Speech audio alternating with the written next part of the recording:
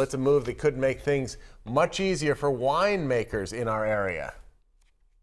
The State Liquor Control Board announced today that it has changed pricing rules for wineries that want to sell their bottles in state stores. Newswatch 16's Sarah Bynowski is live tonight from a state wine and spirit store in Scranton with that story. Sarah. Before the change, Pennsylvania winemakers had to sell their bottles to the state for a significant discount. They couldn't then turn around and charge less for their bottles than the state was charging. Now that change has taken effect, but folks we spoke with say they're just not sure if it'll make a big difference.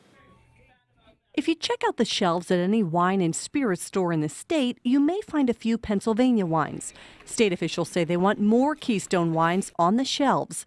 The State Liquor and Control Board just changed pricing rules.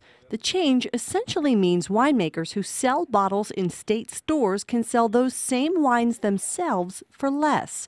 Before, the state didn't allow Pennsylvania winemakers to undercut state prices.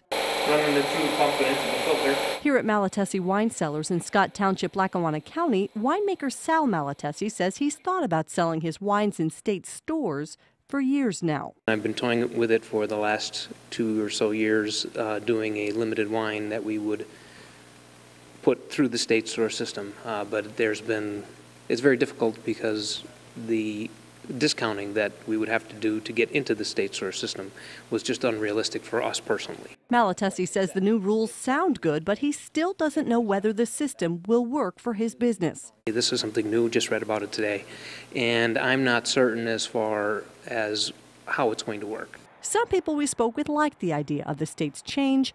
Others didn't seem to care. It doesn't really affect me. I wouldn't make a point to go to the state store to get the wine there. You can go to the winery if you really want to. It makes sense to me. So yeah, don't really drink wine occasionally, but not really. But I do agree with that. I think it's a good idea. Malatesi plans to research the change in state regulations. He'd like to have his bottles on the shelves in state stores, but says it needs to be profitable for him. And he has one big question for state officials. How much are they going to sell it for? How much are they going to mark it up? And is it going to push it out of the price range of where the wine really belongs? Change in state regulations went into effect on Saturday. According to state officials, there are 150 winemakers in the state of Pennsylvania generating about $2 billion in business. Sarah Bynowski, Newswatch 16, reporting live tonight in Scranton.